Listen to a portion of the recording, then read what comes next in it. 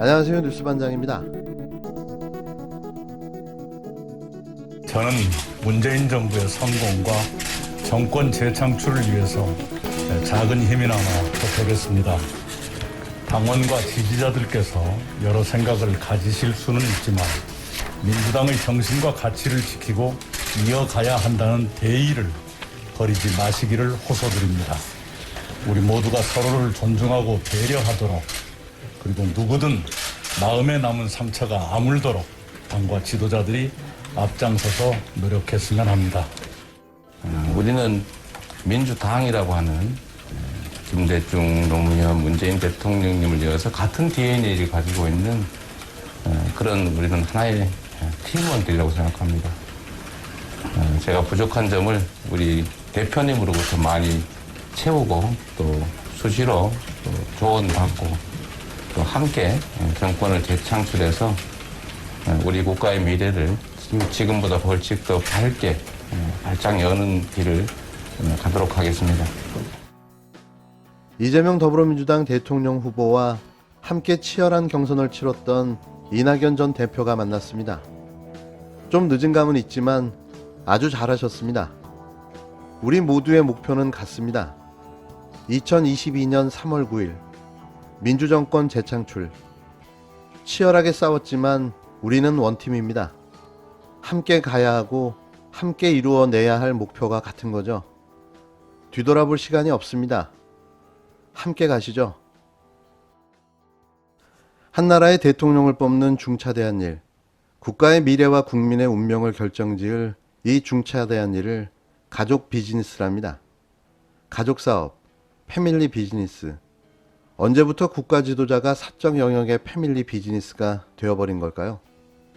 대통령 출마와 선거운동이 한 가족의 비즈니스라니 이게 정상적인 사람이 할 수 있는 말일까요? 대체 대통령이라는 국가 지도자의 역할이 일개 가족의 비즈니스 대상의 결과물이라니 이제는 정말 놀랍지도 않습니다. 이런 생각을 가진 자가 대통령이 된다면 그 직을 가지고 가족 비즈니스를 하겠다는 건데요. 할 말이 없는 거죠. 이런 인식 수준은 대체 어디서 오는 걸까요? 이런 생각으로 검찰에 몸담아 평생을 일해온 걸까요? 그러니 검찰 권력도 사유화해 무소불위로 휘둘러댔던 건 아닐지 싶습니다. 윤석열, 제발 안 봤으면 합니다. 윤석열 국힘당 대선 경선 후보는 24일 논란이 된 개사과 사진 촬영에 부인인 김건희 씨가 관여했다는 의혹에 대해 원래 선거라는 건 패밀리 비즈니스라며 제처는 다른 후보 가족들처럼 그렇게 적극적이지 않아서 오해할 필요가 없다고 생각한다고 밝혔는데요.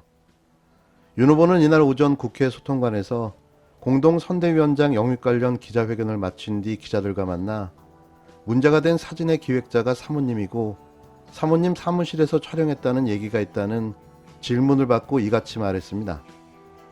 윤 후보는 우선 개사과 사진 논란에 대해 전 기본적으로 자유민주주의자다. 그래서 자유민주주의 헌법 가치를 훼손하는 그 어떤 사람과 세력에 대해서도 절대 긍정적인 평가를 할 수 없는 사람이라며 그런 차원에서 이해해달라고 뜬금포를 날렸습니다. 질문과 전혀 상관없는 동문서답을 하며 어떻게든 이 사단을 무마하려고 갖은 발악을 해댔는데요.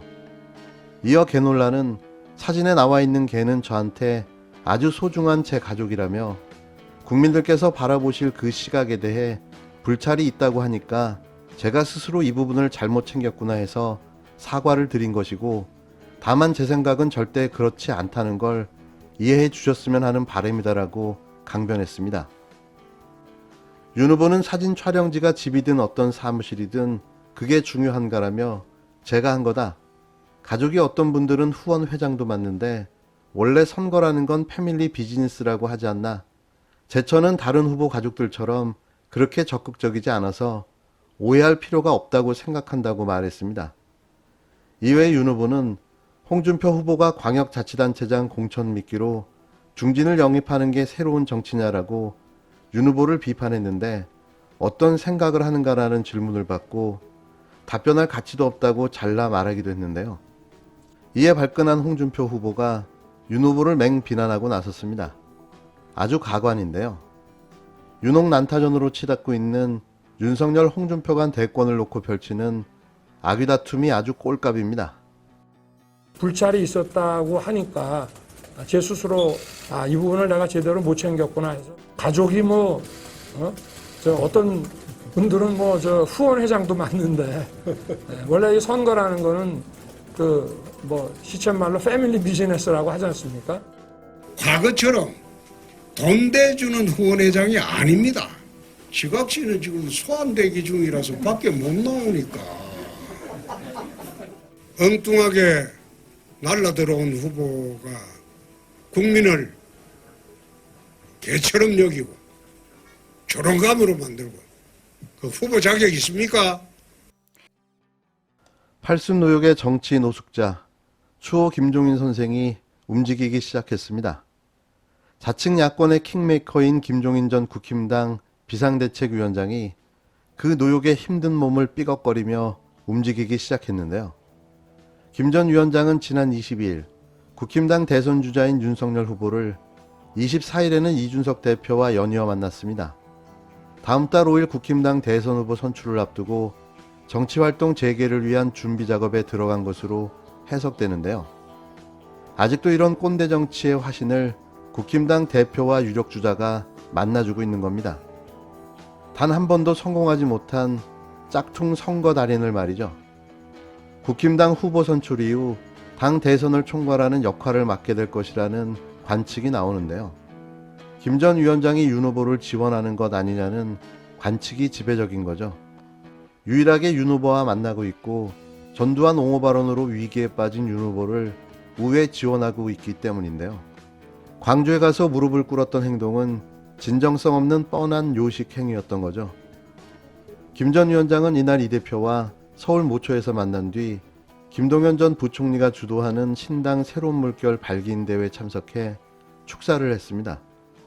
김 전 위원장은 축사 후 이 대표와 만남에 대해 경선 진행 과정에 대해 얘기했고 11월 5일 국힘당 대선 후보 선출이 끝나면 어떻게 할 거냐는 질문에 답했다고 말했는데요. 이어 후보가 확정되면 선대본부를 차려야 하는데 어떻게 구성할 건지 그런 생각을 들은 것이라고 밝혔습니다. 김 전 위원장은 언론 인터뷰에서 윤 후보가 국힘당 대선 후보로 선출될 가능성이 높다고 예상했는데요. 뒷짐지고 앉아 상황 정치를 시작한 거죠. 김 전 위원장은 후보 선출 이후 당 선대위원장을 맡을 것으로 보이는데요. 김 전 위원장이 선대위원장을 맡을지는 경선 결과에 달려 있습니다. 김 전 위원장은 윤 후보를 우회 지원하고 있고 김 전 위원장 체제에서 무소속이었던 홍준표 의원은 복당하지 못할 정도로 두 사람의 관계가 좋지 않기 때문인데요. 윤 후보 캠프엔 김종인 키즈로 불리는 함경우 상근 정무부자역, 김병민 대변인 등이 있는데요. 김 전 위원장이 경선 주자 중 공개적으로 만나는 후보는 윤 후보뿐입니다. 윤 후보는 전두환 옹호 발언으로 홍역을 치르던 지난 22일 김 전 위원장과 만났는데요. 이 자리에서 위기 탈출 방안 등 조언을 구한 것으로 알려졌습니다. 김 전 위원장은 21일 언론 인터뷰에서 전두환 옹호 발언 논란에 대해 실수를 인정하고 사죄했으면 된 것이라며 윤 후보를 두둔했는데요. 이날도 반려견 사과 사진 논란에 대해 대선에 크게 중요한 거라고 생각하지 않는다며 우리나라가 당면하고 있는 심각한 문제들이 한두 가지가 아니라고 말하기도 했습니다. 대선 전국이 정책 대결보다 네거티브전으로 흐르는 것에 대한 지적이지만 윤 후보 논란을 진화하는 발언으로도 해석되는데요. 윤석열의 정치 행보를 되돌아보면 여태 김종인 전 위원장이 뒤에서 상황 노릇을 하며 윤석열을 꼭두각시로 세워 움직여왔다는 사실만 확인되고 있습니다. 윤석열은 믿는 구석이 있었던 거죠. 설사 국힘당 경선에서 탈락하더라도 김종인과 함께 신당을 창당할 플랜 B도 존재할 것 같은데요.